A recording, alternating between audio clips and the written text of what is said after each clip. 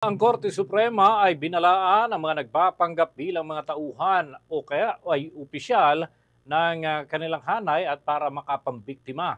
Yung publiko naman ay pinag-iingat sa mga kumakalat na peking dokumento, resolusyon at kautusan na umano ay lumabas mula sa korte pero hindi naman pala totoo. Alamin natin ang iba pang mga balita hatid ni Bombo Grant Hilario.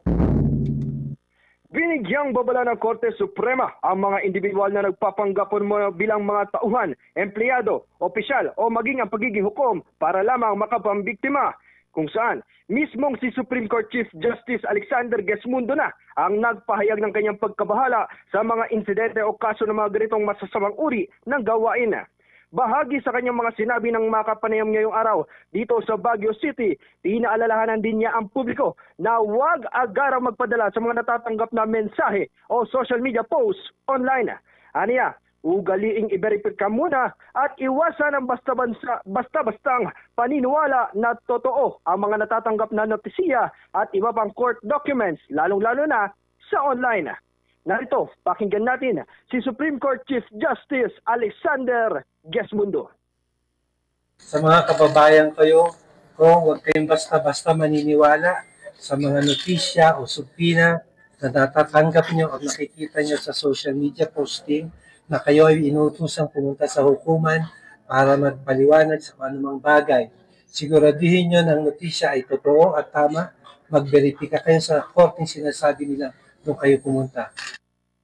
Kaya naman, ang kasalukuyang tagapagsalita ng Korte Suprema na si spokesperson attorney Camille Sue Mayting ay ibinahagi kung saan maaaring maiberika ang mga natatanggap na court documents. Aniya, makikita ang mga opisyal at tunay na mga inilalabas na resolusyon, notisiya, subpoena at iba pa sa mga website at emails ng iba't ibang mga korte. Kung saan, muli niyang pinayuhan ng publiko na huwag lamang isang beses itong tignan, kundi makalawang beses na suriin ang authenticity nito. Narito ang tinig ni Supreme Court spokesperson Attorney Camille Sue Mayting. All courts issue official documents through their official email addresses, which can be verified on the websites of the Supreme Court, Court of Appeals, Court of Tax Appeals, and the Sandigan Bayan. For trial courts, verification can be done through the trial court locator on the Supreme Court website. We urge everyone to stay alert and always double-check the authenticity of any court-related document or announcement. Dahil dito, inidyok ng naturang tagapagsalita ng kataas-tasang hukuman ang publiko na isumbong sa kanilang tanggapan sakali mang makatanggap at makaengkwentro ng mga kahinahinalang individual o dokumento. Paliwanag niya, sa pamamagitan raw nito ay makapag-iimbestiga ang Korte Suprema na maresolba din at matugunan ang mga issue at insidente ng ganitong uri ng panloloko.